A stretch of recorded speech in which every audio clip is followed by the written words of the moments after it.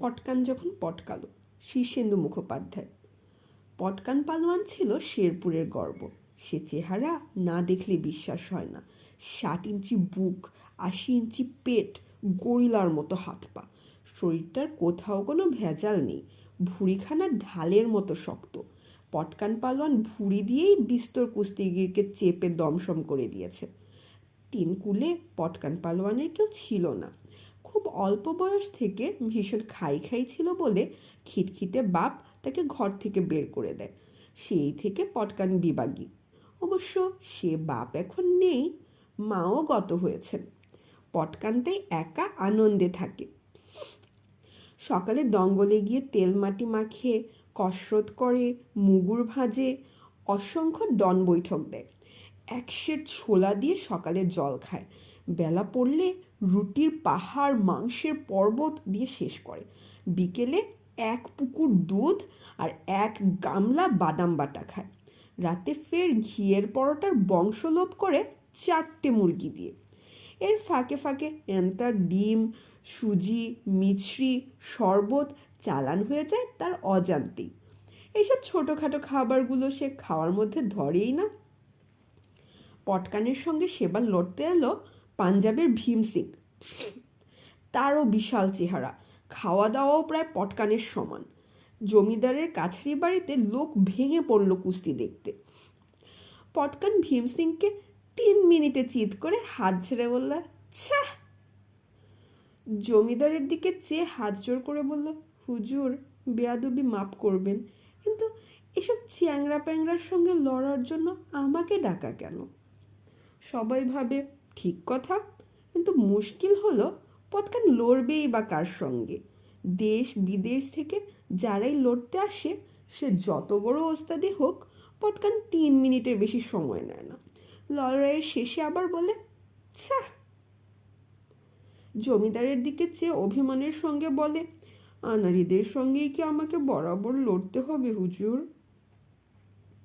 জমিদার মশাই মহা সমস্যায় পড়ে বললেন, তা বাপু, তোমার যোগ্য কুস্তিগির পাই কোথায়? এরা যারা আসছেন তারাও লড়তে নামডাক করেছেন, কিন্তু তোমার কাছে কেউই ধোপে টেকে না দেখি। তার চেয়ে হুজুর বন্দোবস্ত করুন, ওরা 2জন করে আসুক লড়তে, আমি একা। তাই হলো। লড়তে এলো বচন পাণ্ডে আর হরিদোসাদ। 2জনকে 2 বগলে নিয়ে হা হা হা করে হেসে ওঠে পটকান। তারপর তাদের মাটিতে ফেলে দিয়ে বলেছে, ছ্যাঃ। বলে জমিদার বাবুর দিকে তাকায়, হুজুর দেশে কি আর মানুষ পাওয়া গেল না? জমিদার মশাই নিয়ে গিয়ে বললেন, তাই তো, এরা তো দেখছি তেমন কিছু নয়, অথচ শুনেছিলুম এরা কিলিয়ে পাথর ভাঙে, 5 মণ ওজন তোলে এক হাতে, হাতি বুকে নেয়। সেসব তো গল্প কথা নয় বাপু, নিজের চোখে দেখেই এনেছি। আচ্ছা দেখি তোমার উপযুক্ত কাউকে যদি পাই। এরপর 3 পালোয়ান লড়তে এলো একসঙ্গে। ভীষণ ভীষণ তাদের চেহারা, গোল্লা গোল্লা করে চায় আর দাঁত কিরমির করে। তা সেই 3জন যখন লড়তে নামলো, তখন বেলুন চুপসে আমসত্ত্ব হয়ে গেল ফের। 3টেকে নিয়ে খানিক লোফালোফি খেললো পটকান। চেঁচিয়ে জমিদার মশাইকে বলল, হুজুর যখন বলবেন তখনই 3জনকে মাটিতে ফেলবো। ফেললেও তাই।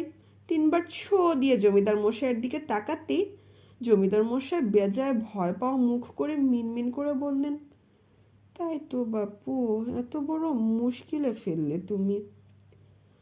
খুব বড় একটা শ্বাস ফেলে পটকান বলল, হ্যাঁ, এরকম চললে আমাকে সাধু হয়ে হিমালয়ে চলে যেতে হবে দেখছি।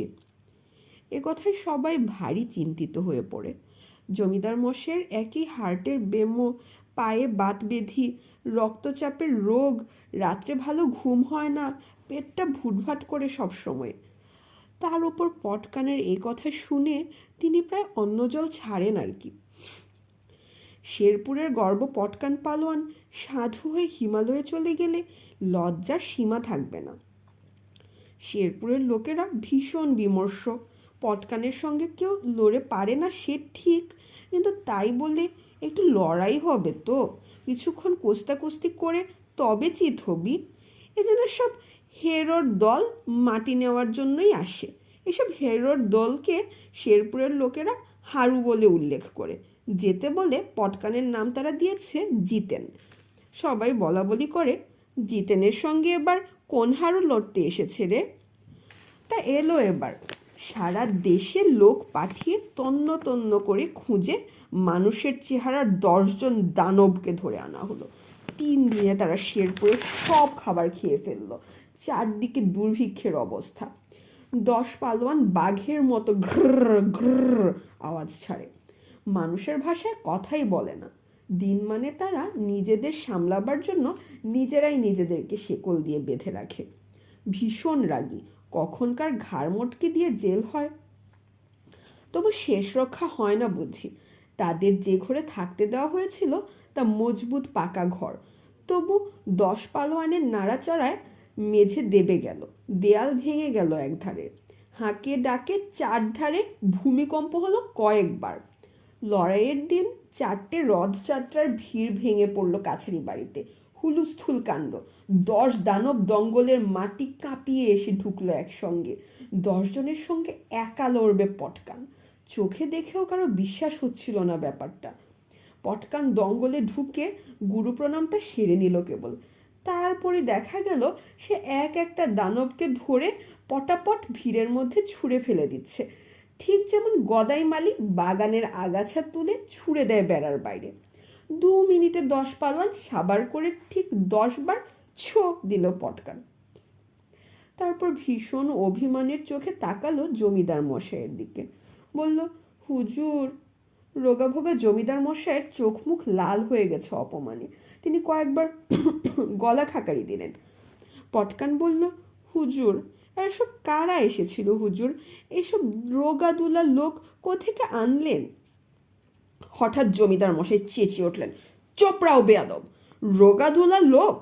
হ্যাঁ, রোগাদুলা লোক এরা সব! বলতে বলতে রাগে দিকবিদিক জ্ঞান হারিয়ে জমিদার মশাই বাত বিধির কথা ভুলে, হার্টের বেমর কথা বিস্মরণ হয়ে, রক্তচাপকে পরোয়া না করে, পেটের ভুটভাটকে উপেক্ষা করে এক লাফে এগিয়ে এলেন দঙ্গলের মাটির ওপর। কিছুতেই তোমার শিক্ষা হয় না, হ্যাঁ? বলতে বলতে জমিদার মশাই পটকানের ঘাটটা ধরে এক ঝাটকায় তুলে ফেললেন মাথার উপরে। তারপর সিকি বাঁই বাঁই করে ঘোরাতে লাগলেন। না দেখলে বিশ্বাস হয় না। পটকান প্রাণ ভয়ে চেঁচাচ্ছে তখন, বাবা গো, গেলাম গো, মেরে ফেললে গো, কে কোথায় আছো, ছুটে এসো! কে শুনে কার কথা? কয়েকবার আচ্ছাসে ঘুরিয়ে জমিদার মশাই পটকানকে এক বেদম আছাড় মারলেন। তারপর হাত ঝাড়তে ছাড়লে বললেন, ছ!